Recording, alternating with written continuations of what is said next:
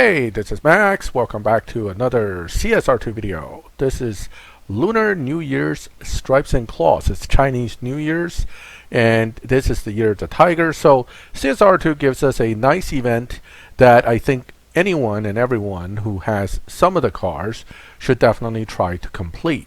It is not a super difficult event, but of course, the more upgraded your car, the easier it is. Now, if you notice, I've already gotten far enough to get the Nissan. And what I used is the GTO, 250 GTO, the NSXR, and the Veris Civic. Part of the reason I use these is because if you were really looking at locking in a car that's going to be useful to get the Fusions for and also possibly use the bronze crates for, the 250 GTO is one of the best T2 cars in the long run for Tempest. But you need certain stage 6s, and what better way to get stage 6s than locking it into an event? It's a good enough car to generally do stuff anyway. There is a tougher 156 mile per hour speed trap near the end, so you want to make sure that you adjust the gearing for that and test your car before you lock it in to make sure you can do it. The other two are also pretty straightforward, but I think it's a 200 mile per hour or 200 and change mile per hour speed trap for the NSXR, and also a 180 some mile per hour for the Civic. Oh no, I'm sorry, 160 something per hour. Those are the toughest challenges. This changes depending on which car you locked in, of course. And once again, if in doubt, lock in a car that is more built. But if you're only missing one or two stage 6s and you want to use the crates and get Fusions that you can use, Honda Fusion particularly, I always look for. So that would be some of the lock-ins I would recommend. Now, once you get the Nissan itself isn't that bad. I'm going to go ahead and lock it in. We'll discuss it real quick, and then we'll run back and look at it. As you can see, with the simple TNT setup, and incidentally, this car shares stage 6s with the regular 2017 Nissan GT-R 35, even though this is technically, by all appearances, an LB Liberty Walks GT-R. For some reason, it is only registering as a 2017 GT-R. That might be a mistake, that may not be. But regardless, it shares parts with the regular non-Liberty Walk 2017 GT-R. Therefore, I had some stage 6s already in my inventory, and I was able to throw in both the, not both, I only threw in the transmission stage 6, even though I also have the tire stage 6, which doesn't seem to be generating all that many Evo points after it was put in. Oh wait, I should have I forgot I'm not using the launch button, so I was waiting to tap the launch button. But anyway, regardless, with just this level of upgrades, right now it's a 13 something car. If I throw in the other stages, it is something like a 12 something second car. You're going to need to hit 11s in order to beat the final few races, but it's really at stage 5 only with Fusions, it shouldn't be difficult to get this car into somewhere around the 11s that you need. Plus, if you have a few stage 6s, it certainly would help. So it's a pretty decent car in that with the low upgrades, it does generate very high Evo, and that bodes well for its possible use in live. And again, I forgot I don't have a launch button because I was talking about live racing. This is what happens when you go on break for a while. You forget how to play the game, and you start making all kinds of silly mistakes while you're recording. So hey, ignore my shift patterns in launch points is completely off. But now that I'm talking about live racing, let's go ahead and pop this car in there real quick and give you a quick lowdown on how it runs in live. Now, this car beats Dyno by about 2/10 if you jump straight to third and hit nitrous. So that's a Dyno beater. It has low performance point, high Evo, another positive thing. So far, everything is looking like this is a pretty decent car for whatever we're trying to do with it. Okay? And of course, not surprising that you come into lobby and you see a bunch of these guys in here. Let's go ahead and challenge another dyno beating car, the LB Aventador, which is that's the Spider-Man car, which is actually really good. I guess he doesn't want to, or he couldn't accept my challenge. Let's jump back out and back in. Not surprising, when a new car comes along, you're going to have a bunch of people in the live lobby testing it out, like I'm doing. So you get in there and you do what you can with it. Let's try it. Now this is again a Dino Buster car, depending on how he has it set up. Ooh, I guess he hasn't been having great time racing some of these other guys. So he said, no, I don't want to deal with you. El Chupacabra.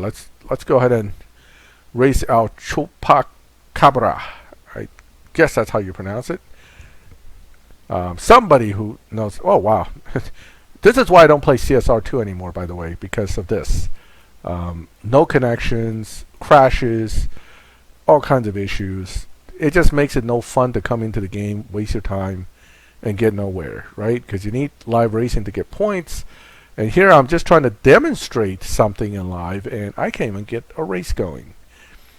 Come on, let's go. It's probably going to bump me to the slightly different lobby now, since I've been jumping in and out, or not.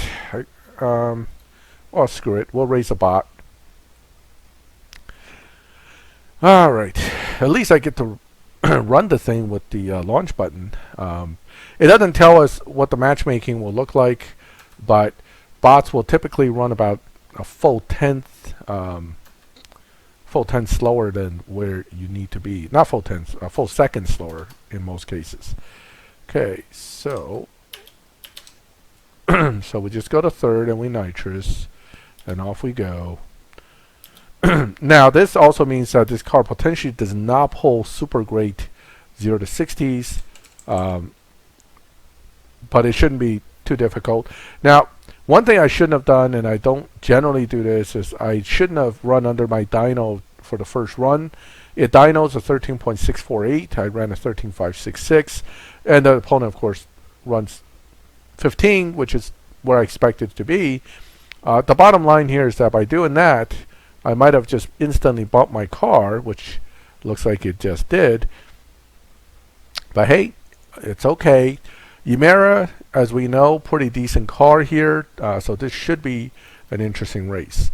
Again, that was my mistake for kind of jumping the gun here on launching the car and using it with a faster than dyno run. Okay, so like I said, the Yamera, very good car. And of course I've already lost. Let's see what the Yamera ran. 13.404. I did a 13.422. Again, he's got to be pushing a little bit to get that, but then, you know, I probably bumped myself up from the 13.6 to the 13.4 lobby anyway with that little mistake right from the get-go. Again, you need to set your lobby. Here's another former crewmate of mine right here who actually told me that this car is decent. He's in the same lobby. So, yeah, that's basically it with this car. Not a bad car, but again, in these type of speed lobbies, there are cars that'll, you know, run with you, if not run better than you, etc., etc. So overall, a decent car. Certainly for a free car, this is quite good, and you definitely should do your best to go ahead and get it picked up. We'll look at the dyno real quick, and as you can see, not the best 0 to 60 guy here. I don't know what it's going to look like if it's fully upgraded. It could be pretty decent, but from a mile per hour standpoint, though, you can tell this is a pretty high mile per hour car already with just TNT barely upgraded. So 260 mile per hour is not going to be an issue. The question is whether it can hit a 1.30 to 60, which, yeah, I'm feeling a little shaky about that. Okay, so that is my quick take on the event and the event reward car. Overall, a decent addition to your garage and something you definitely should look at since it is basically a freebie at this point, and it's certainly not a bad thing to pick up, and that's why I picked it up, because why not? All right, well, thank you for joining me for this video. Feel free to make comments, ask questions. You know, whatever I can tell you, I will try. From my understanding, this car is not super fast fully maxed, maybe a 10-second car, but that, you know, that's not bad, but it's not as quick as many of the T4s that are elite tunable or are otherwise slightly faster. But still, anything that's in the 10-second range is definitely good, and this is probably one of the better Nissan GTRs in the Tier 4, but the in-attack still would do better more easily for Tempest. So That concludes this video. Thank you for joining me. If you like the video, leave a like. If you like my channel, subscribe, hit the bell, and you get notifications when I put up new videos. And as always, thank you for watching my videos. I'll catch you next time.